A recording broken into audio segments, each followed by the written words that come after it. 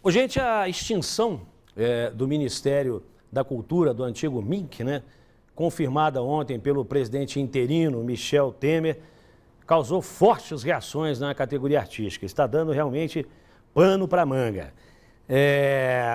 No novo governo, a área agora ficará vinculada à Secretaria de Educação, né? O antigo MEC, né? Nós voltamos a ter o antigo MEC, Secretaria, Ministério da Educação e Cultura, e nós teremos então a volta do antigo MEC. O deputado federal José Mendonça Bezerra de Filho, do DEM de Pernambuco, assumiu a pasta sem dar maiores detalhes de como vai reorganizar os segmentos e projetos do MINC na nova estrutura. Bom, aí vamos lá, a reação de alguns artistas. A Associação Saber, que é formada por músicos como Caetano Veloso, Chico Buarque de Holanda, Gilberto Gil, Djavan, só tem bobo, né? E o grupo de ação parlamentar Pro Música, que é formado por Sérgio Ricardo, Ivan Lins, Leone, Frejá, Fernanda Abreu, Tim Rescala, são nomes que a gente tem que respeitar. Enviaram uma carta, eu até disse aqui que era uma carta aberta à população, não é não. É uma carta para o governo Temer e estão pedindo que essa carta seja divulgada pelos veículos de comunicação. É uma carta longa, são 4 páginas aqui, obviamente nós não temos como ler tudo, mas alguns trechos são importantes. Depois, Wander, se você puder colocar aí as fotos, eu acho importante, que é como uma assinatura, né? As fotos de alguns dos artistas que estão apoiando, né? Que estão apoiando esse movimento pela manutenção do Ministério da Cultura, né? E que assinaram essa carta. Depois nós temos as fotos de alguns, pode ir colocando. Bom, diz o seguinte, tem havido um movimento desonesto de convencimento da desimportância da cultura e da criminalização dos artistas que fazem uso da Lei Rouanet. A ideia de que o MINC e as leis de incentivo à cultura não passam de uma maneira do governo sustentar artista vagabundo e comprar seu apoio político ganhou uma extraordinária e surpreendente aceitação popular. Aqui eu vou fazer um parênteses, verdade, gente. Olha, o que tem de gente que se arvora a saber de tudo, a entender de tudo, eu acho que isso é coisa da nossa cultura, do brasileiro. Se fala de futebol, o cara escala a seleção brasileira, né? Fala de medicina, o cara é catedrático. E eu ouvi tanta bobagem nos últimos tempos a respeito da Lei Rouanet, que a Lei Rouanet é lei que o governo usa para sustentar. Isso aí que foi dito, que os artistas vagabundos que apoiam o governo, os artistas... Gente, tanta gente que apoiou o impeachment da presidente Dilma, que criticou a Lei Rouanet, foi beneficiário dessa lei.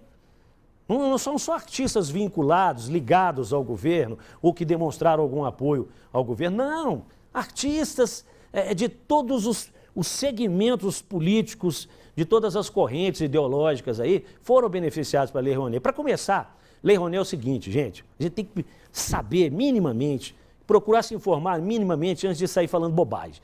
Lei Rouanet não dá dinheiro para artista. A Lei Rouanet é o seguinte, o empresário, ele pode aplicar uma verba que seria utilizada em impostos, ele tem a opção de reverter essa lei para, de reverter essa verba para projetos culturais.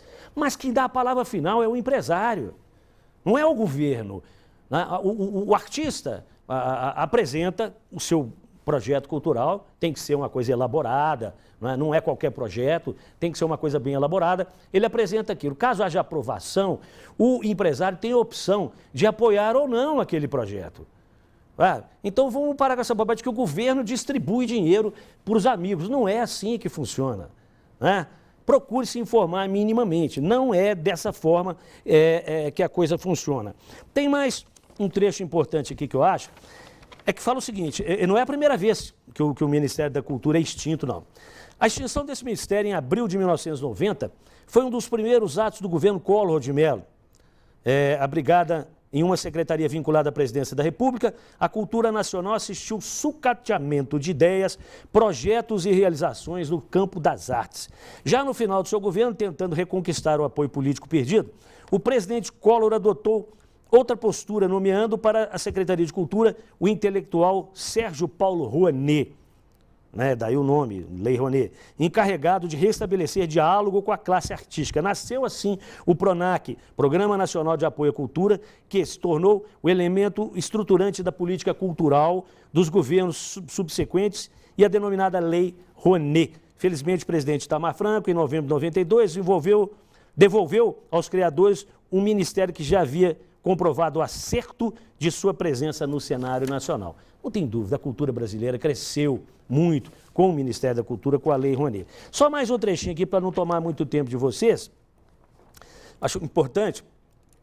O Ministério de Educação, o Ministério da Cultura, vem se ocupando de forma proativa das artes em geral, do folclore, do patrimônio histórico, arqueológico, artístico e cultural do país, através de uma rede de institutos como o IFAM, a Cinemateca Brasileira, a Funarte, o IBRAM, Fundação Palmares e muitos outros. A partir da gestão de Gilberto Gil, que foi ministro, o MINC ampliou o alcance de sua atuação a partir da adoção do conceito antropológico de cultura. O programa Viva e os Pontos de Cultura são iniciativas reconhecidas e copiadas em inúmeros países do mundo. O MINC passou também a atuar com a cultura popular e de grupos marginalizados, ampliando o horizonte de uma parcela expressiva de nossa população, né? Foi o MINC, veja isso aqui, eu acho da maior importância, que conseguiu criar condições para que tenhamos hoje uma indústria de audiovisual dinâmica e superativa. O mesmo está sendo feito em outros campos, como, por exemplo, o da música. Bom, aí, a indústria audiovisual, só para falar do cinema, gente, como negar a evolução, o crescimento do cinema brasileiro? O cinema brasileiro mudou de água para vinho. Nos últimos 20 anos, vamos dizer assim, mudou de água para vinho. Hoje, antigamente nós tínhamos uma grande produção, uma produção de padrão internacional aí por ano. Hoje nós temos 10, 15, 20 filmes brasileiros de alto nível produzidos aí todo ano. Filmes exibidos nos principais festivais de cinema do mundo todo, aplaudidos no mundo todo. E o que é mais importante, o brasileiro passou a respeitar o nosso cinema. O brasileiro hoje fala, não, o cinema brasileiro é bom. O brasileiro hoje fala com orgulho. As produções nacionais hoje são exibidas no horário nobre da televisão. Durante quanto tempo produzia-se aqui só pornô chanchada? Só pornô chanchada. Isso mudou. Então, gente, antes de falar besteira, procure se informar, tá? Procure se informar, porque essa história de que Lei Rouanet é para sustentar artista vagabundo, isso é balela. Isso é balela, isso é conversa fiada de gente absolutamente desinformada. Por hoje é só. Na semana que vem? Amanhã a gente volta, se Deus quiser, com mais um Tarde Mais. Tchau!